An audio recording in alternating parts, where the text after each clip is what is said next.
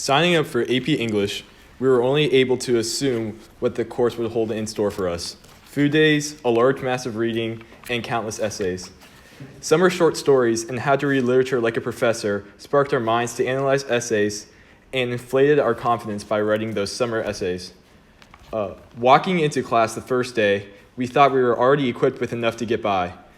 However, our confidence was quickly deflated by the shock of the snail essay.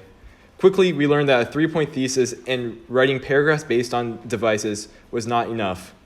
Mrs. Harris reassured us and eased our fears, however, and soon everything began to take shape into the great class we all know and loved. There have been highs and there have been lows. We read some great stuff, like Araby, which gave us an early on chance to utilize our newfound knowledge of literary devices and symbols. We did some great projects, like analyzing Gatsby as a quest, or looking at weather in literature, or presenting the poetry. There have been tons of fun parts of the class, like spending a day reading outside, choosing our own books, and just having in-depth discussions of what we've read. There have, however, been many struggles.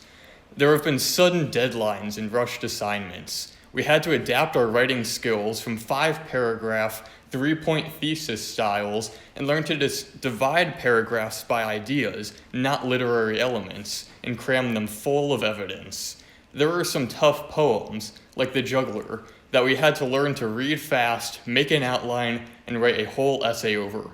But through it all, we read every poem, wrote every essay, and forced ourselves to watch all those AP videos. With the tools we have acquired, we were able to gather them into an organized toolbox of sorts, a box of big concepts. We utilized complexity in everything, seeking it out in every work, because it is complexity which establishes unique relationships, expresses intention behind actions, and quite frankly, reveals the nature of a character. We have learned that it is not enough to simply state something is present. For example, alliteration isn't there to look pretty. It can establish a sound like a heartbeat to make the scene tense, or an S sound to establish a religious symbol of a serpent scheming. Did you catch the alliteration? There are not just timeless devices, but timeless concepts too. These include an edible complex, or resentment for father and adoration of mother, parallels characters to previous literature as the Odyssey, historical events, or biblical figures. Once we uncover one of these parallels, a whole new world of detail in the story is uncovered to us, or we can even predict what will happen next to the character. A prime example of a biblical parallel used to establish the nature of a character is McMurphy's Christ-like symbolism in One Flew Over the Cuckoo's Nest. McMurphy is a Christ-like character because he is the savior to the men on the ward. He died so that they could be free. He's also like Christ in that the laughter that he brought them was like the Spirit to the apostles.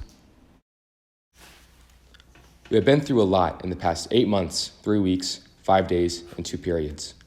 And if I have learned anything during that time, it's that you are who you are, and you should embrace your uniqueness and strengths. We should use these to, yes, write good essays, but in a greater sense, change the world. Despite these very troubling times, we step foot onto this extremely beautiful campus nearly every school day. Despite these very troubling times, we learned that class was more about learning than the grade we received. Despite these very troubling times, we analyzed poems, wrote Q3 essays, good and bad, and we aced the AP exam. My friends, we shall leave our footprints in the sand and construct a castle around it so it might never wash away. Thank you, and goodbye, adieu, adios, Arrivederci. cheerio, good day, sayonara, and so long. I'm a goofy goober!